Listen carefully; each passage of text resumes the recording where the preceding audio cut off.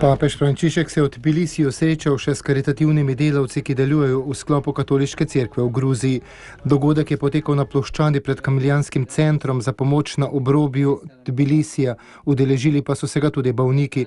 Vaša dejavnost je podbratskega sodelovanja med kristjani te države in med verniki različnih obredov.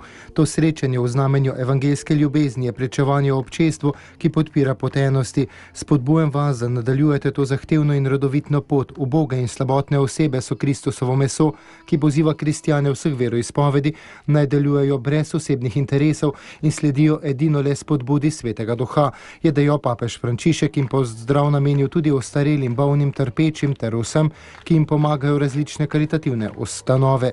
Razveseljuje me, da sem lahko malo z vami in vas spodbudim, Bog vas nikoli ne zapušča.